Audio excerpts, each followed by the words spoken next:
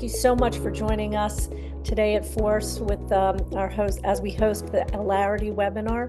I'm going to turn it over to our CEO, Stephen Saltstein, who will get started with this. Thank you so much. And look at the bottom of your screen to post any questions in the Q&A box. Great. Thank you, Charlotte, and thank you everyone for joining us today. We have a fantastic symposium for you with the team from Allarity. And, Allarity is, one of the great turnaround stories of the small cap universe. I mean, what Thomas and Jeremy have done here is nothing short of incredible. And I think they've put themselves on the launching pad to take this company to amazing heights. Thomas, if you wouldn't mind, just so everyone has a sense, give a bit about your background, and then Jeremy can go. But your background, and then how you kind of turn things around, and then let's get into exactly what Allarity does. Yeah, sure. Thanks, Stephen. Yeah, so my background is in molecular biology and biochemistry, and a few decades ago, I was working together with Sten Knudsen at the Technical University of Denmark. He was my professor from the year 2000, and we saw that by using microarrays, gene microarrays, could predict outcomes to anti-cancer therapies by using these microarrays together with messenger RNA. And using cell line data from the National Cancer Institute, which is an institution in the US that where everybody can send, every drug developer can send out over their drug, and then see which of these cancers they have 60 different cancers growing in laboratory flasks, and then they see which of these are inhibited by the drug, and these measurements are made publicly available, and we used them to build our DRP on. And we had, when we were at the university, we had some ideas of how to do it, but we realized that we really had to do it full time, and we had to leave the university to start this up. So we started in September of 2004. And worked our way through. My primary role, besides assisting with some of the bioinformatics tools, was figuring out how do we extract full-length messenger RNA from cancer biopsies in order for us to be able to copy them full scale and get a meaningful measurement of them to use as input in this. Further on down the line, we had some interesting collaborations that showed us that we really needed to in-license drugs to get the full potential of this. We had a interesting collaboration with a well-known drug in the market that we could predict very well, but it didn't give us an opportunity to do a large-scale collaboration. We did a very good scientific paper together with this company, but they weren't interested in collaborating with us, and it was because of that would mean they owned the market space in that indication, and by using a DRP, this was back in 2010. That mean they would limit their market size, and they weren't really interested in that. But a lot of things have happened since then, and I think everybody now understands that you need precision oncology, and there's no one size fits all. So we went out and licensed assets that for example with our lead with our molecule stenopurib, which ISA shelved because that they weren't pursuing oncology, so that was a perfect drug for us to get our hands on. We looked at the phase 1 data, and we could very precisely predict which patients responded and which didn't on their data, so that made us approach them. And yeah, here we are. Back, we listed first in Scandinavia and were listed for some years. Then my role also, besides doing building the lab and the technology around that, was also finding investment capital from the investment community. So I did a lot of that in Scandinavia. When we listed in the US, in December of 21, we had an American CEO that had another view of raising capital than I did, and also as I'm sure you are all aware, we have now put an SEC investigation behind us that talked into us not informing the market properly around the disclosures, not properly around the possibilities of us having success with another molecule we had in-licensed from Novartis. So that made us part ways with him because him and the others were not necessarily doing what the FDA has advised us to. At least there are some discussions around that since we had this SEC investigation. So we have settled that and have all those things behind us. But that was the CEO at that time was Steve Carcetti. Then we had Jim Cullum as CEO, and both of them had their strengths, but one of their not so strong sides was doing financings that was a very beneficial long term to shareholders. It got us working capital. At this point, I was not a part of CG management. I was still involved with the company but to a very little extent, only guiding the lab work here and there and a few other things. But then I had discussions with the board. I joined the board when Jim Cullum was CEO, and the board decided to terminate Jim's contract in December of 23, and I took over as interim CEO. And since then we had two NASDAQ deficiencies. We had a lot of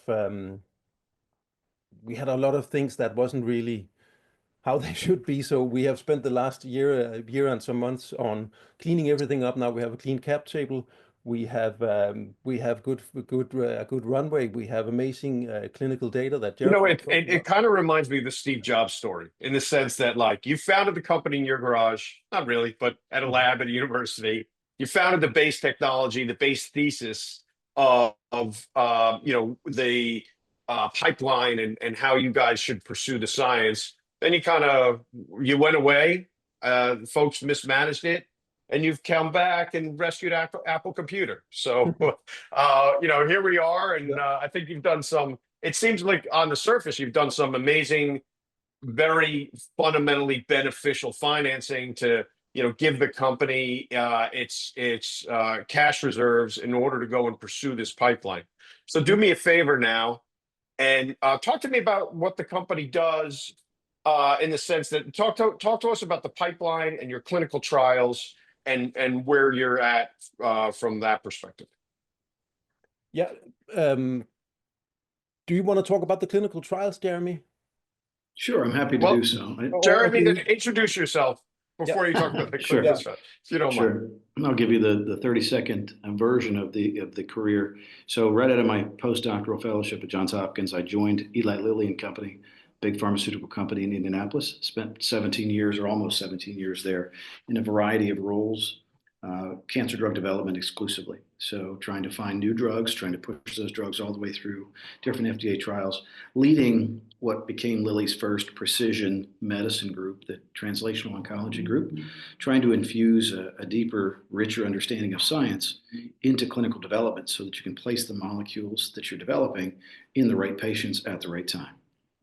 Sounds simple. It is in principle. It isn't necessarily in practice, but I think it's the guiding light for what we're trying to do here.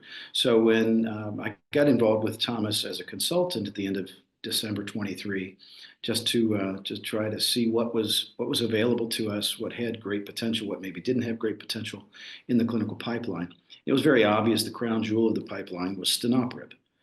And the more we learned about stenopirib and the more we interrogated stenopirib, the more we realized it's not only showing interesting clinical benefit, the benefit is different than you might have expected from a PARP inhibitor, which led us to a deeper appreciation of mechanism of action.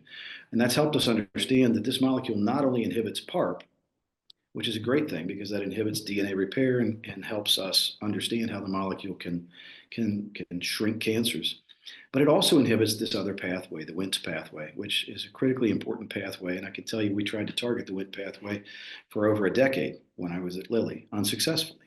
So roll forward now within the calendar year 24, as we learn more and more about this molecule, we start to see evidence that it's acting as a dual inhibitor of PARP and Wnt pathway. And in fact, we may have the most advanced Wnt pathway inhibitor in the clinic right now, which is very fortunate for us.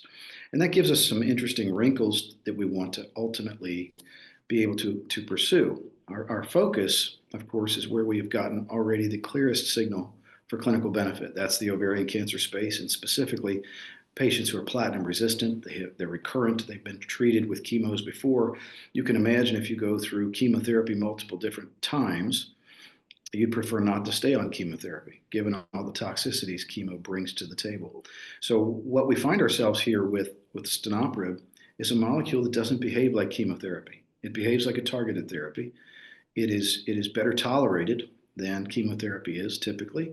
And unlike the first generation PARP inhibitors that are out being sold for a variety of indications, including ovarian, we don't have some of the toxicities that have afflicted those first generation PARP inhibitors either. So it's very attractive from a couple of different standpoints. The safety profile is really attractive, and the unique mechanism of action helps us to imagine how it could play in combination with other agents, or how it could play into different indications, and how it's maybe working in really advanced ovarian cancer patients. So I am positive that we have family offices right now that are listening to this that do not have biotechnology backgrounds. Mm-hmm. For their benefit, can you please explain once again your base science, kind of as though you were talking to a freshman biology class Sure. in college, so that they can really understand, and then let's talk about your clinical pipeline, please. Sure. So when we think about the base biology of our molecule, as a PARP inhibitor, the enzyme PARP is responsible for repairing DNA damage. When we inhibit that enzyme, the cells, the cancer cells in particular, that already have other defects in DNA damage repair, simply can't repair what's going on and collapse and die. That's the principle behind a PARP inhibitor. Now, the other aspect of our mechanism is an inhibition of a pathway known as the Wnt pathway. The Wnt pathway is commonly activated, especially in advanced cancers, and allows for those cancers to survive when they should otherwise die, those cancer cells. So when those cancer cells are experiencing too much DNA damage, they should undergo a process called apoptosis, which is basically cellular suicide. They don't in many cases because they have activated the Wnt pathway. So on the one hand, we hit the DNA damage to accelerate that damage in the cancer cells that already have defects in repair. And then we add to it inhibition of the Wnt pathway so that those cells no longer can rely upon that pathway to survive that damage. So we think the two mechanistic natures of this molecule in and of itself creates a different path forward for this molecule than other PARP inhibitors. Other PARP inhibitors only hit the first part. They only hit the DNA damage repair part. That can be great, and we've seen those have great success. But in later stage patients who are platinum resistant, they're recurrent, they've been through multiple chemotherapies, those other PARP inhibitors maybe don't work as well as we would like them to. So we think we've got a real play here based upon the dual nature of the activity. Does that work? You did a great job. Yeah, right. That was perfect. Excellent. Yeah. Excellent. All right. So now I want to clearly lay out your pipeline and what you're doing in the clinic, please. So I think of, if you think of stenoprib, you could say it's a pipeline and a singular drug based upon the way it works. We're proceeding based upon our deepest understanding of clinical data into the advanced recurrent space. The newer protocol is tightening the patient population to one that could be actionable for registration trials. That's partially what we're trying to do, is tighten that patient population so that we can accelerate forward.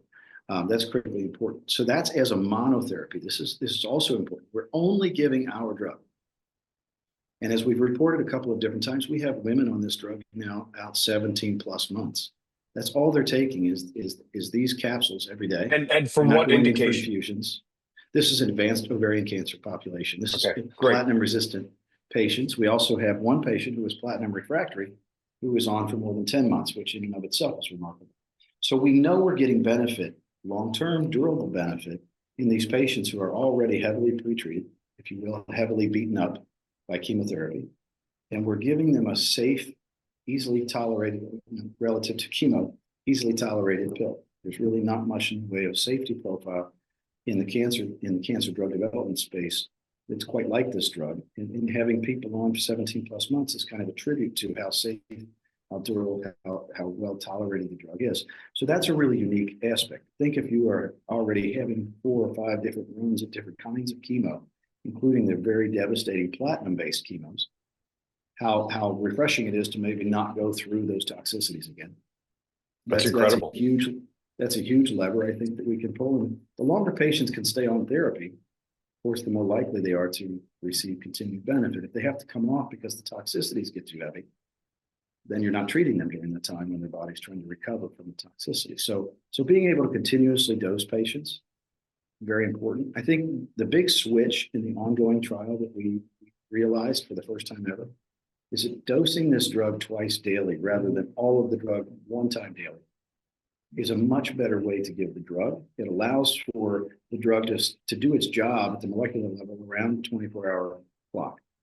When you dose all of the drug at one time, it works for, let's say, this first 12 hours of the day, and then it starts to taper off. So you're not inhibiting those critical signaling pathways, the Wnt pathway and the PARP pathways, all the way through a 24-hour cycle. You're allowing the cancer to get up off the mat, then you hit it again, and off the mat, and hit it again. Now we're just keeping it on the mat, so to speak, to use a wrestling analogy. But we think that twice daily dosing is key to the efficacy that has emerged in the ongoing trial. And now we're trying to. And by the way, what phase is this? What phase is the trial? Phase two. So we're looking for safety. Of course, we're looking for efficacy. We already have seen really remarkable signs of efficacy in heavily pretreated patients who don't normally get any benefit. According to our PIs on the trial, the physicians who are treating the ovarian cancer patients with stenoporiv, when these women have joined the trial, their typical setup would be about 3 months on a chemotherapy, and then they would progress through that and move to a different. And of course, every interval gets shorter and shorter and shorter as the disease continues to advance and progress. So to be able to see now that you've got some patients beyond 10 months, beyond a year, beyond 17 months, really a very distinct and nice quality that this molecule is providing for us. Now, on top of it, you asked about the clinical pipeline. Clinical pipeline, in this case, is going to be based upon stenoporiv and the indications we can chase. So stenoporiv is really a platform technology. It's really basically a pipeline in a singular drug, the way you could think of it. Sure. So the tip of the spear will be the advanced ovarian cancer space that we're in currently, and that we are refining with the new protocol. But then you could say, well, based upon this unique mechanism of action, what else would this drug be applicable to? And this is where Thomas and I talk all the time, and we talk all the time with our Allarity clinical team and our advisors. There's so much you could do with the molecule based upon the mechanism of action that you have to be thoughtful and judicious about what you should do with the molecule. So one of the ways we can extend the reach of the molecule is to go into other indications, but do so in a way that maybe doesn't cost us money up front. And that's what you've seen us most recently announce. So we have a trial with a drug called temozolomide. That's a drug commonly used in brain cancers. It's also commonly used in cancers that metastasize to the brain. It is a DNA damaging agent. So it damages DNA. Yeah. And in so doing can cause the cells to die, like we talked about before. When you add a PARP inhibitor, so you inhibit the other DNA damage repair possibilities, and you've got temozolomide on, now you've added 2 different profound hits on the DNA damage repair capacity of the cell, and ideally those cancer cells die more readily. That's what we're exploring. That, in fact, was one of the original combinations that the Eisai group, who developed stenoporiv originally, the big pharmaceutical company out of Japan, they were really chasing the temozolomide combo. It's only now that we get a chance to look at it because we've had an opportunity in a recurrent small cell lung cancer population to combine these 2 drugs. And I think the beauty of this combination, and we'll see how it plays out, the safety profile of our molecule, we certainly hope is sufficient to be a great agent to combine with other drugs. if our molecule was more toxic, it could be effective, but at the same time, really hard to combine with other drugs because you would add toxicities on toxicities, and that would be Right. problematic. So here we don't think we're going to see that. So as we start with the small cell lung cancer trial, that'll be part of what we're looking for. Make sure these drugs combine correctly. We think they will. I think they'll be effective together, and we think they'll capitalize on each other's mechanism. And so we're excited about what that allows us to understand about the molecule, and not only that it can be used by itself in ovarian, but maybe in combination in other indications like small cell. Can we take it? Jeremy, you're doing a great job explaining, by the way. I really appreciate it. Can we take a step back and talk about kind of your base IP? I mean, for instance, you use these prediction algorithms, you're using mRNA in your prediction algorithms as opposed to DNA. Can you talk about why you're doing that, or maybe Thomas? Yeah. Sure. I'll be happy to cover that. So DNA is very widely used for many things, and it would be very easy to get a lot of samples. Everybody knows that you can get a DNA sample from a dinosaur. You've never heard about getting an RNA sample from a dinosaur because it's very difficult to work with RNA, and it degrades very, very fast. You can popularly say you can say that, but DNA is a double helix that is intact, and RNA is a single-stranded molecule that basically evaporates when you breathe on it. But that aside, DNA has its limits. There are a few examples where you can use DNA to predict things in the clinic in oncology, but it's very rarely. It is more used for what you have potential to. You can say that inside a cell, the chain of command, so to say, is DNA to RNA to protein. So inside the nucleus of the cell, all the DNA lies supercoiled together. The vast majority of this is going to be nonsense, or at least it will not have a function in the cell, in the cycle of the cell that you are interested in. In order for DNA to have a function, it needs to be translated into a protein via RNA and messenger RNA. So mRNA is what goes outside of the nucleus of the cell into the cytoplasm and matures into a protein that then has the function. So for every DNA, there is a corresponding messenger RNA. So by looking at messenger RNA, we see exactly what is going on in the cell, not what the cell has a potential to do, but exactly what is going on in the cell at this time of extraction.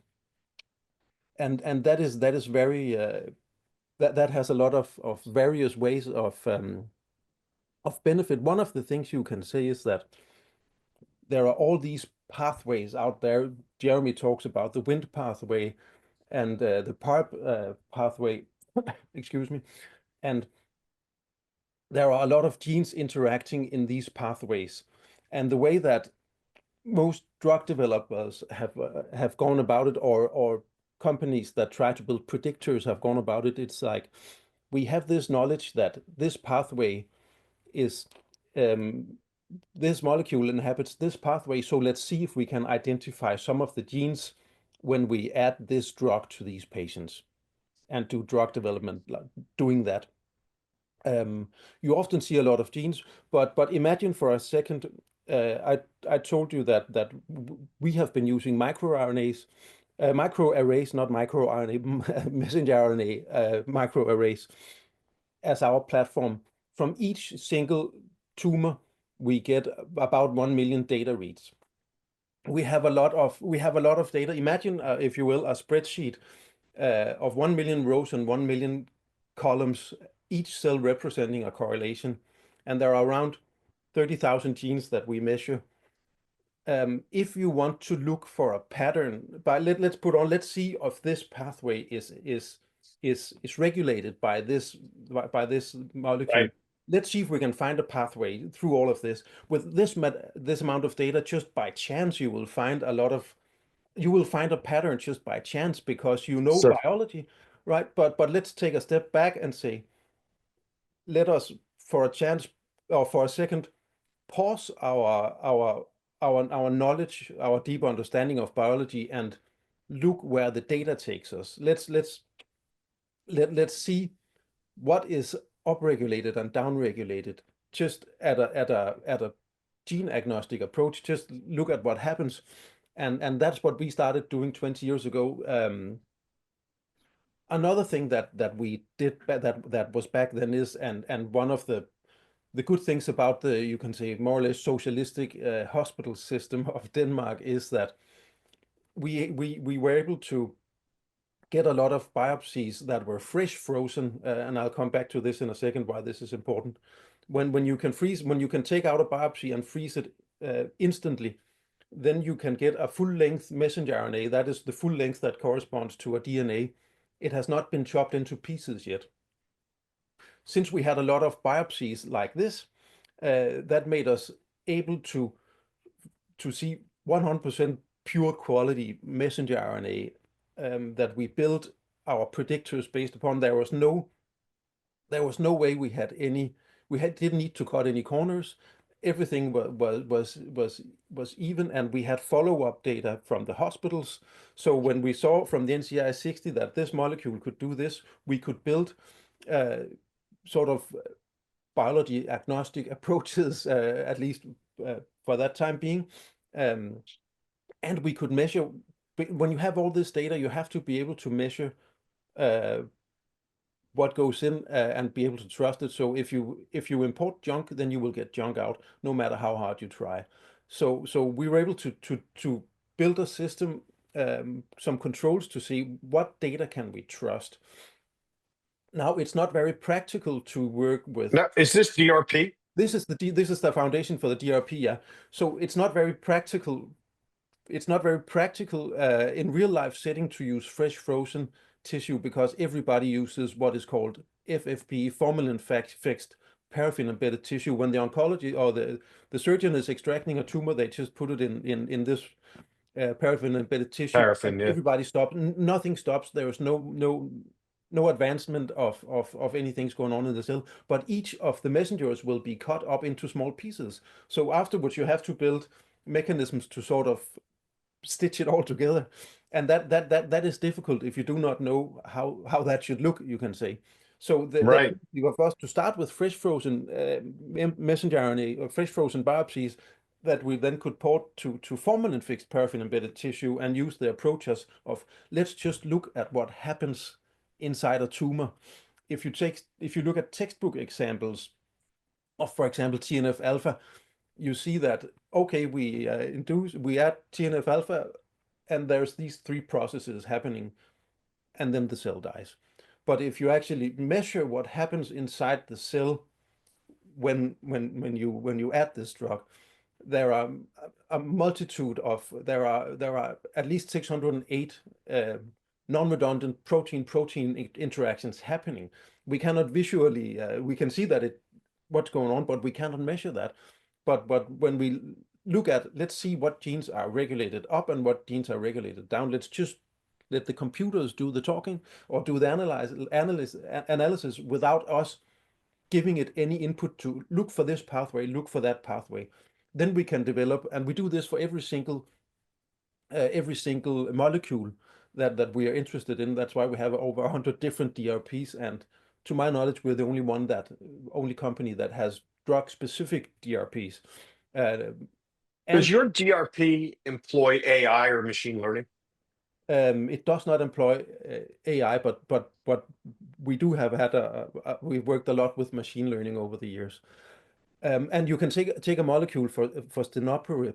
We just took out we looked at it without looking into the biology to begin with, but afterwards when we analyzed the pathways that the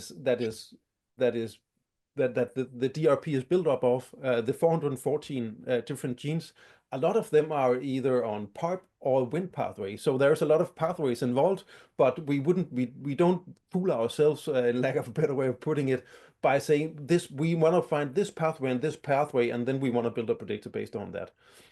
You can see there's been a lot of studies, like now that this group has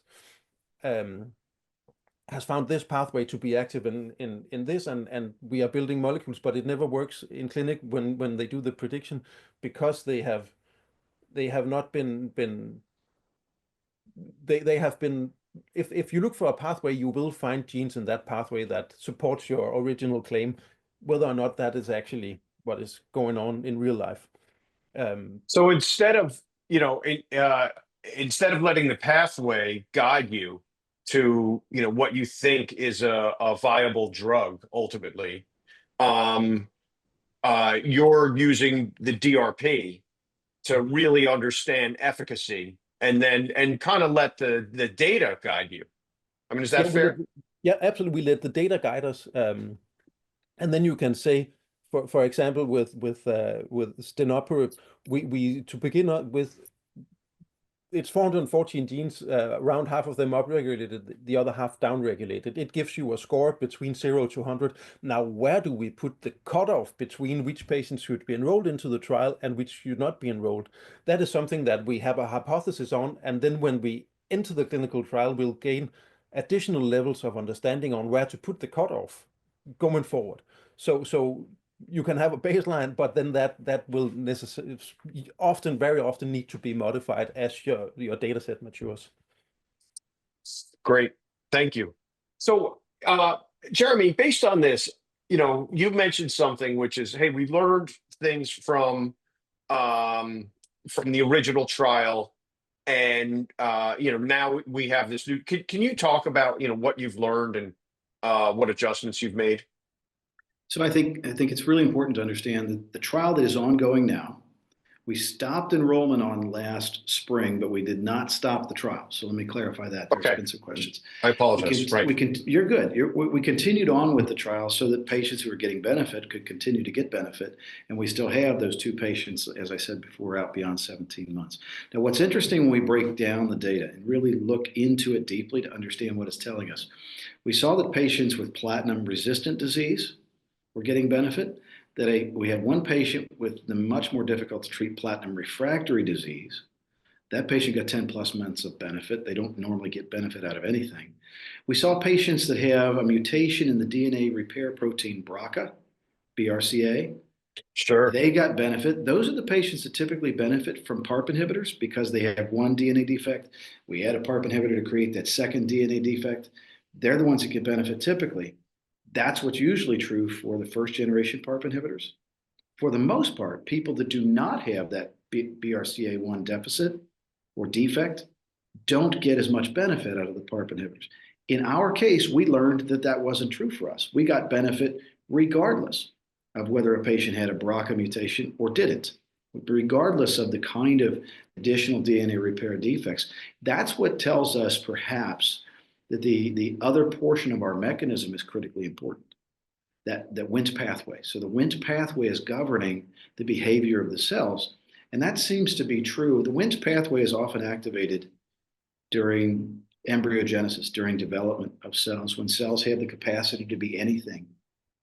When the cancer reactivates the Wnt pathway, it imparts upon that cancer cell the capacity to be anything. That's what makes it so insidious to treat when you're very advanced and you've been through 5 different. So it's kind of like a stem cell in a way. It is in fact governing that stem cellness or that stem cell phenotype that we talk about.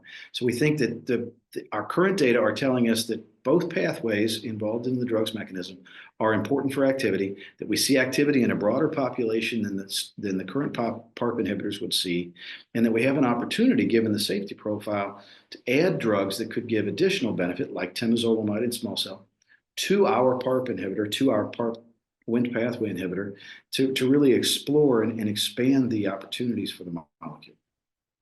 So that's really what the current trial told us. And so how is that guiding you toward FDA approval?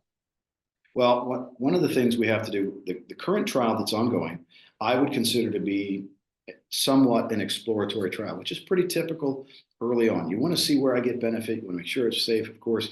This is the first time we dosed twice daily. So instead of giving 600 milligrams once daily, We split it 200 milligrams in the morning, 400 in the evening. That dose turns out to be efficacious. That looks really good for us. That's wonderful. What we also learned in an exploratory trial, you typically keep the door wide open to any patient. In our case, it was any patient who had already had 3 lines or more of prior chemotherapy. Now, as you go closer and closer to FDA approval, you have to tighten your patient population so that you have a nice, as clean as you can data set for the FDA to react to. So what we've learned is that we definitely have activity in in platinum resistant and platinum refractory patients. The platinum resistant population is a pretty large population. They need an option other than another chemo. So there's a lot of activity. You'll see a lot of activity in the field in the platinum resistant patients. And they're still very much in need of safer, more effective options. So we've kind of crystallized that patient population given the efficacy we've already seen. Now we've gotten an effective dose, 200 plus 400. The FDA mandates that we also look at a second dose when we get a chance. It's called Project Optimus. And if we hadn't addressed that in the new protocol, the FDA would make us go backwards and address that. So we needed to make sure we addressed that this time. Well, so we have 200 and 400 that we give. So this is, by the way, there's confusion out there around Right. dosing. So this is the, yeah, okay. Right. So 200, 400 very, very well may be the right dose. But this is the first time we've ever dosed twice daily. So we don't know whether we could accelerate the efficacy that we see by giving 400, 400 instead of 200, 400. So this is where, and the FDA is trying to do this with targeted therapies like our drug, because they're trying to get away from just taking people to the maximum dose they can possibly tolerate and pushing the envelope on toxicity. They're trying to say, well, get us to a dose that makes more scientific sense. We think that the fact that this study, the first to do BID means twice daily dosing, we think that this study is telling us this drug needs to be on all the way through a 24-hour cycle. And giving it twice daily, 12 hours apart, allows us to do that. Now, the question we're going to ask is whether the dose we've currently used, 200, 400, is the exact right dose, or whether we should crank up that morning dose, double it, and get even more efficacy out of it. Then we can go back to the FDA and say, look, we did what you asked for from the context of the Project Optimus guidelines, and here's what the data tell us, right? We want to let the data lead us forward. Thomas was also talking about the DRP. The DRP has been a remarkable tool, the drug response predictor, the gene expression profiling that we do. It's been a remarkable tool to help inform which patients should get greatest benefit from our drug. What we need to do to satisfy all the requirements for the FDA to make that a companion diagnostic, something that's tethered to our drug forever after, is to explore the DRP in a much broader range of scores to give the FDA evidence that, in fact, a particular cut point on the DRP scoring actually ring fences patients so that they can be sure and want to give us the green light to carry forward with that CDX in parallel and completely timed up with our drug. So those are the two main elements of the new protocol. The third is that we've narrowed down on a more registrational population of patients. It would be tough to get registration in anybody who was third line and beyond, no matter what they'd ever experienced, no matter what their background was. It's too broad. So the FDA likes a cleaner data set. So the cleaner data set is what we're reaching for with this narrowed down patient population as well. Man, is it crazy to think that there'll be, if you're successful, then there's a strong possibility or a possibility of off-label where people are, I think a lot of times what happens is the doctors say, all right, this is working in this patient set. Let me try it over here because I need to cure these people. Right. So that certainly is that's the prerogative of treating physicians once they understand how drugs work. It is certainly not what the actual company sponsoring a drug can ever really push for. Off-label usage is not. I'm not saying you have anything to do with it. I'm just saying it's possible that it could happen.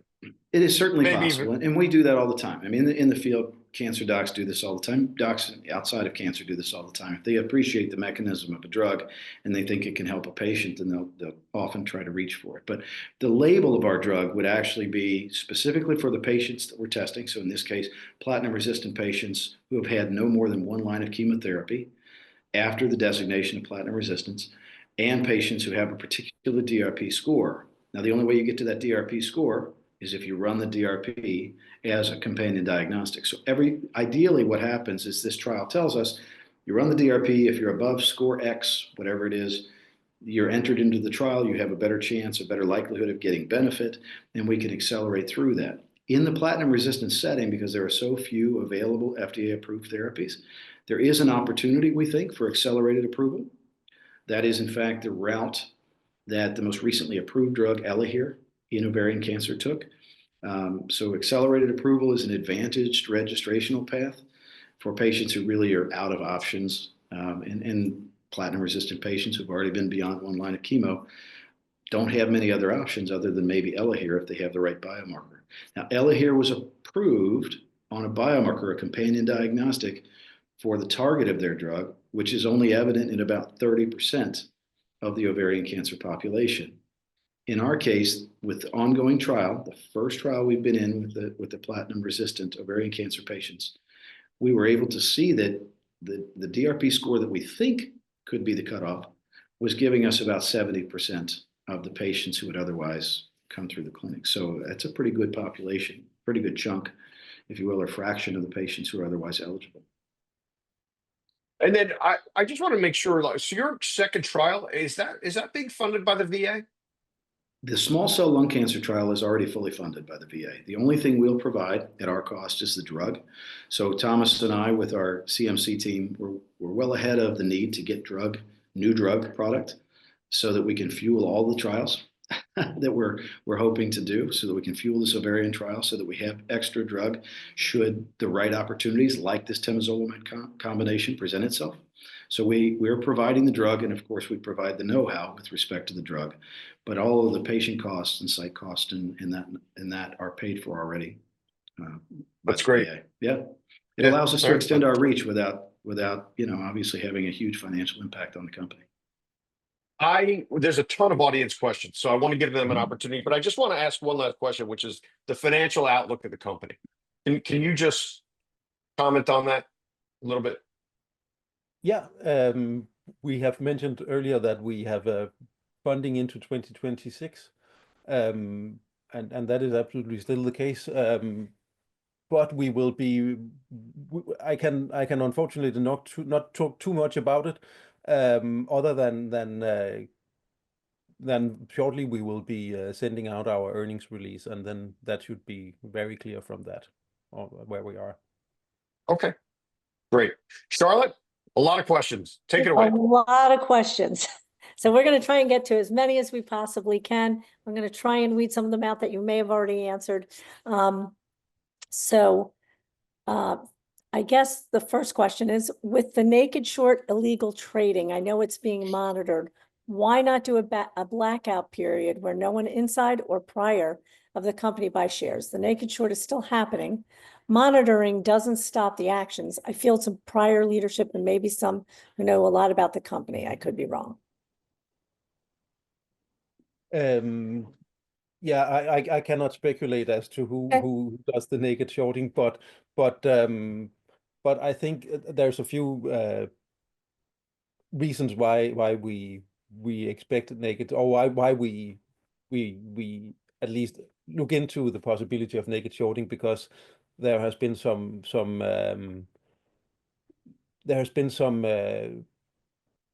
let's say interesting trading patterns and short positions that hasn't made sense to us as a company, and we think that warrants. It's our fiduciary responsibility to look into that, and we quite frankly can't understand. We thought that we think that the company deserves a better position on the share price based on what we do and where we are, and cannot understand all the negative pressure that has been happening. Okay. So looking into it is very natural for us, and that will give us an understanding. Naked shorting is illegal, but unfortunately it is not enforced by the SEC. So it's a bit like the Wild West. We have to do it ourselves. Nobody is doing it for us. It's all on us to lift that burden. which we are doing now. Thank you. I love your work. When can we expect the next earnings report for Allarity, please? I know you alluded to it, but we're not sure when that's coming out. No, it will be very shortly. Very shortly. Okay, thank you. Has the company bought any shares in buyback yet? I cannot comment on that, unfortunately, Okay. because it would give insider knowledge here. Okay, there were a couple of questions regarding that. How many shares are outstanding? That is also That's unfortunate. also, you can't tell us that either? Wow, okay, we're batting 1,000 here. We're gonna get through Yeah. these pretty quick. Thank you. From the abstract released last week, it appears the patients who achieved a complete response did so at the first measurement point, just 7 weeks in. Can you confirm this timing?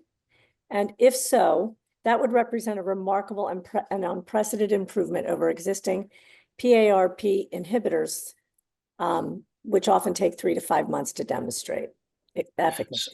It's a great point, and in fact was a point highlighted by those who came by the poster presentation. It was an oral presentation of a poster at the Society for Gynecologic Oncology in Seattle last week.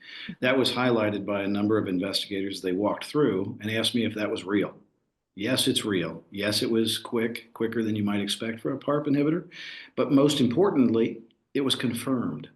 So unfortunately, a lot of times in the face of chemo, we can see patients have disease that melts away, so it's undetectable, but it comes right back. In this case, it was confirmed through multiple additional scans across time, and for that patient, lasted more than 10 months, which is that's, I wouldn't necessarily say it's unprecedented because we don't have a great patient population to refer to, but it's hard to envision seeing that routinely. Let's put it that way. So that was a really nice clinical piece of evidence. Terrific. Orphan designation applies to indications affecting fewer than 200,000 patients annually in the US.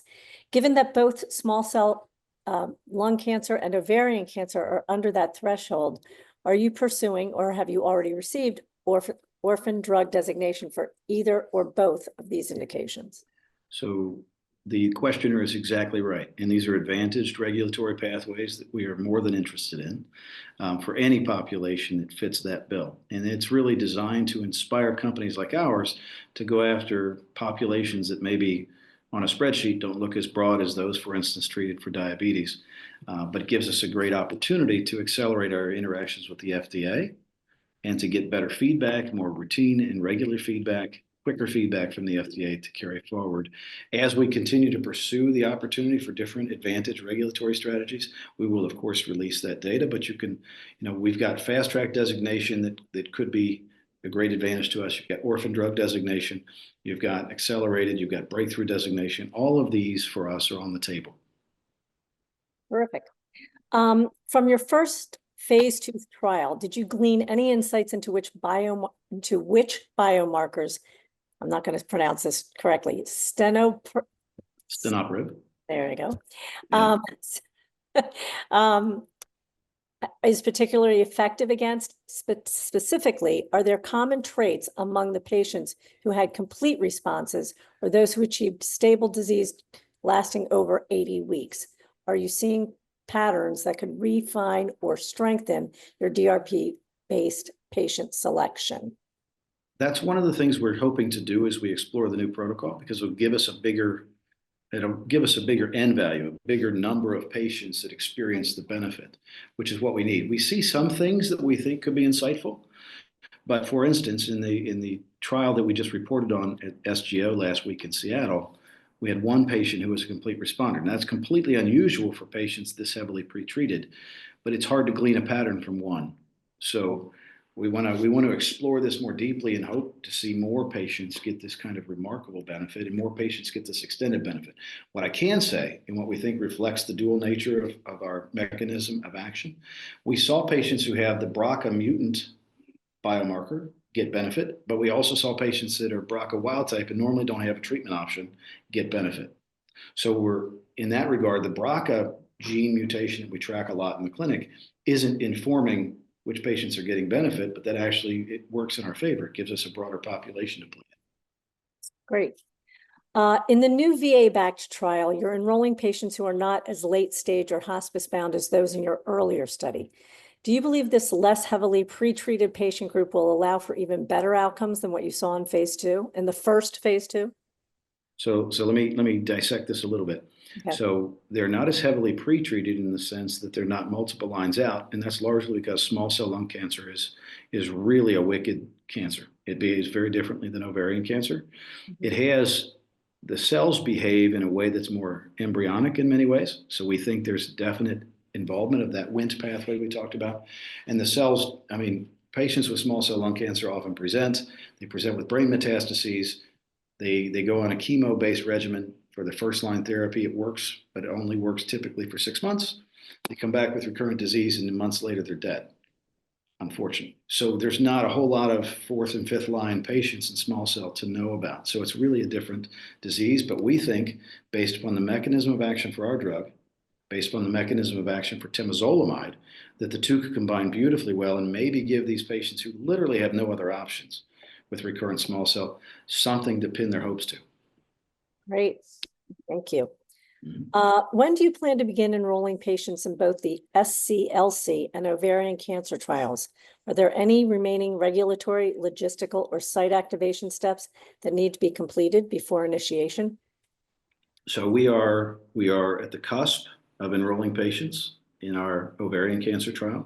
The small cell lung cancer trial is newer to us, so it's in the midst of ensuring that all the boxes are checked with the regulatory agencies, the IRB with the VA and the FDA. We don't anticipate any problems with that. The next step is to activate sites, and the next step is to get patients enrolled. In both of these settings, because the patients in the advanced ovarian cancer population don't have great options, and because especially in the small cell patient population, they don't have great options, we expect enrollment to start very quickly, and we're hopeful that the pace of enrollment will be pretty robust. Right, thank you. Mm-hmm. Can we expect to have FDA agreement in 2025 or 2026? FDA agreement? Yeah, an FDA, I'm assuming FDA approval. So what we would have, so 25, we're just beginning this protocol in the ovarian cancer space, and we're just beginning the small cell space. Okay.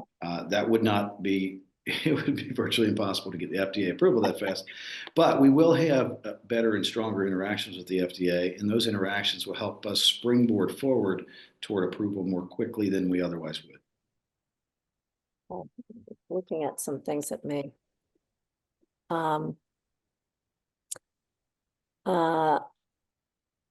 That's another one that's similar. How much money will you need to take this to approval? Do you currently have an ATM in place to raise capital? Jeremy, do you want to take the part on how many patients to approval? So certainly can take that. That's going to depend upon the robustness of the data. Mm-hmm. So if we're, let's say the extreme end is everybody that we treat from here on out does very well in the drug. Well, we don't need that many patients then. The drug I mentioned before, the most recently approved in the advanced ovarian case, Allarity, actually got an accelerated approval on a patient grouping of a little over 100 patients total. If you have to go to a bigger trial, maybe because your signal is not as robust, and you have to do a randomized, say, a 200 versus 200 patient trial, it obviously costs more and would take a little bit longer. So in the cancer development space, especially with really advanced cancer patients, a mechanism to move the drug forward to approval more quickly is to get into that accelerated approval range, which is what requires or what benefits from the more constant interaction with the FDA. And that's what we're certainly designing ourselves to be able to do. Thank you. Can you describe the current and potential monetization, revenue, profit generation of the DRP platform? Yes, so the platform as we are using it, as we have previously informed about, is that we have other companies that are eager to use our platform for their own drug development purposes. And we are working on that, but how much that it will generate is hard to say. We will have to spend a lot of time building up we will have to spend time building up that relationship with clients. And these first projects we have is a probe into how realistic it is to do this in a much wider scale. We expect that it is a good idea to pursue further, but we also have, at the current stage of the company, we have limited bandwidth, and the idea for now is let's not hire a bunch of salespeople and a big lab to run all these trials, which we could do, but let's do it the other way around. Let's use the occasional downtime we have in the lab to do these DRP analysis and lab work for other companies that have reached out to us, and then build it slowly. We have to be very, very careful with cash spending. We do not want to be in a situation where we are not in front of our spending as previously. We have to be very cautious about that. It might take a little bit longer to build out this to the extent that we think we can, but it will be the safer option as we see it. So, thank you. Do you have any partnering plans with big pharma, and what are your criteria would be for the ideal partner?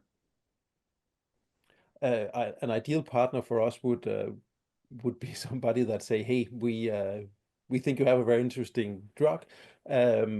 We want to explore it in this indication, and they would also be willing to commit monetarily to that endeavor and use all of their network to help this go forward. That would be an ideal partnership as I see it. Yeah.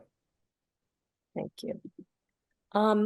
So we're wondering if there's a really strong outcome for phase 2. It seems that there's nothing but technical changes. Is it still too early to tell?